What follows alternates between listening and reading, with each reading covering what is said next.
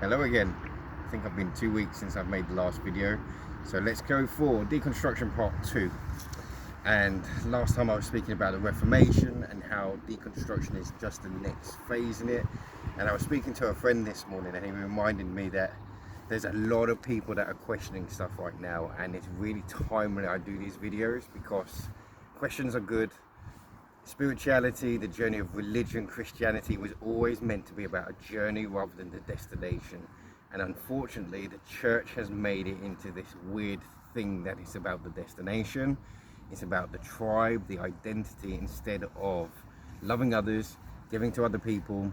And I'll remind you again of Matthew 25, where he says, look, I'm going to judge you. Jesus says, red letter, I'm going to judge you based on how you treat other people. Now imagine a church that taught that as its fundamental principle.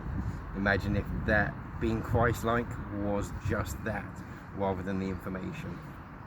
Which is where I'm going to go with the deconstruction, because the deconstruction is basically pulling apart all this information, what you'd call doctrine, dogma, knowledge, special information, in which you become a Christian or be a Christian. For many people, being born again is about having the right information instead of having the right lifestyle in how we treat other people.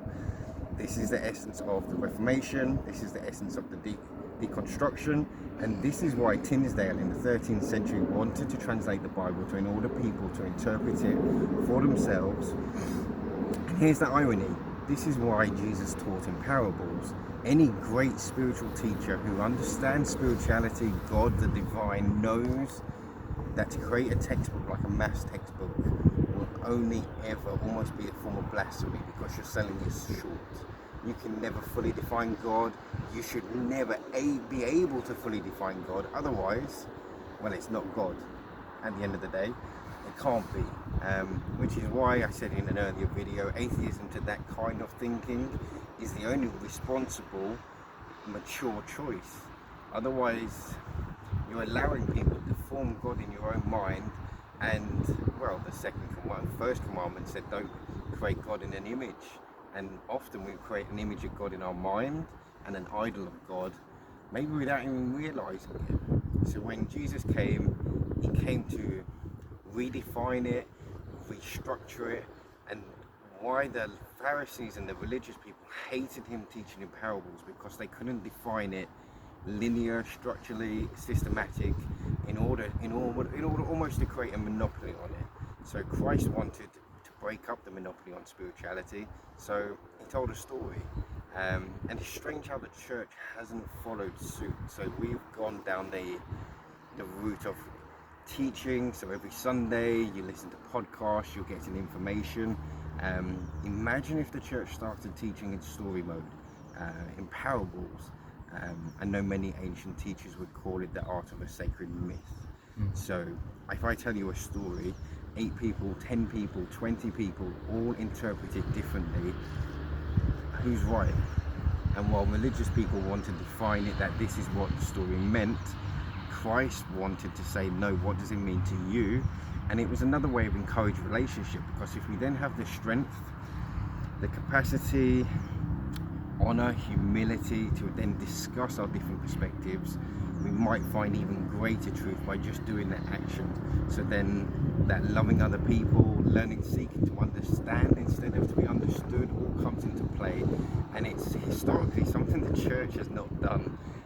It's why we've probably ended up with so many denominations, because each individual person, each individual group has taken their little part and ran away with it. And then they've created their little tribe around it, and they haven't created unity because of it.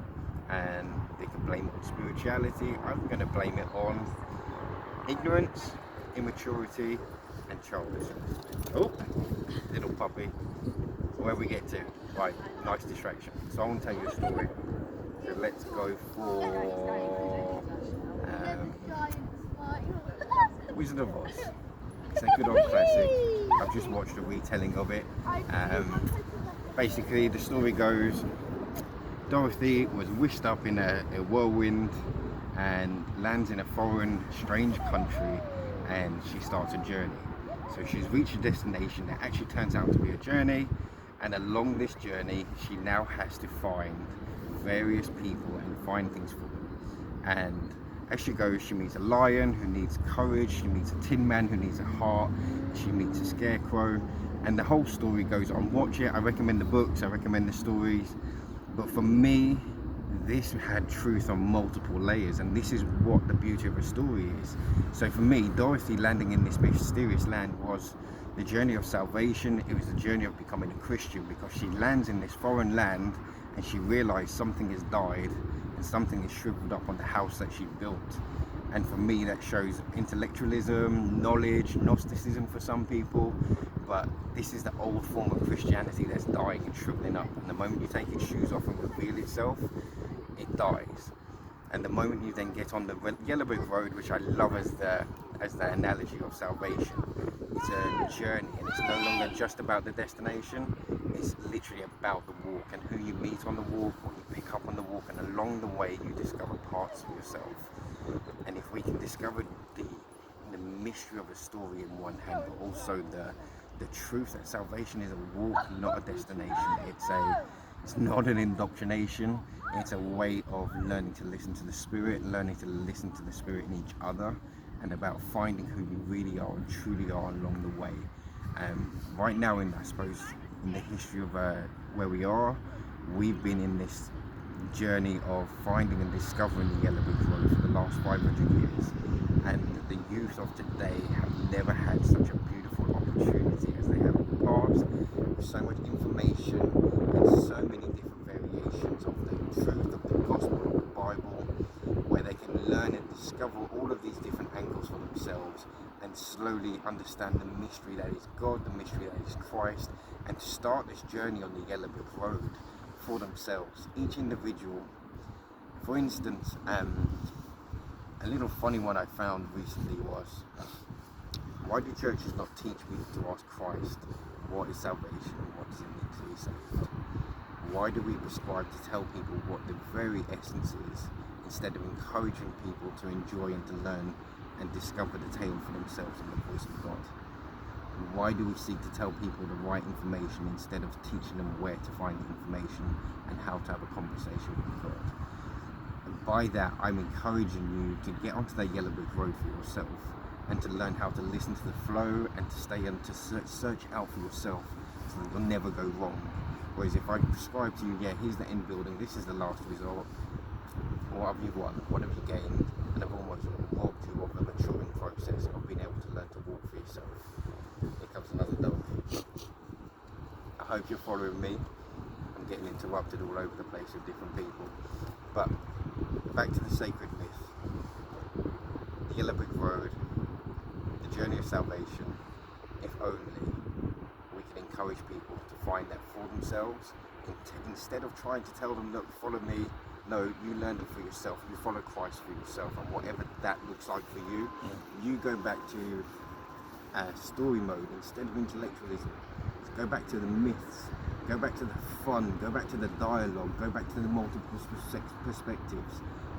Christianity was always meant to be about a walk. It was never meant to be about the right information. That to me is why story is the most beautiful thing. I love it. Parables are the greatest way to teach truth, because it's not certainty, it's full of mystery, and that to me is the beauty of Christ. I hope you enjoyed this one. Been a bit of fun, been a bit all over the place, but I hope you've got some truth and you've learned something.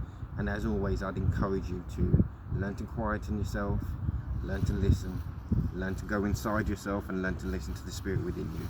Hearing God's voice for yourself is the most important thing I would like to impart to everybody that hears this. Don't listen to other people, learn to listen for yourself. Have conversations, dialogue, it's fun. It's always meant to be fun. But listen to the Holy Spirit within, and you've got it.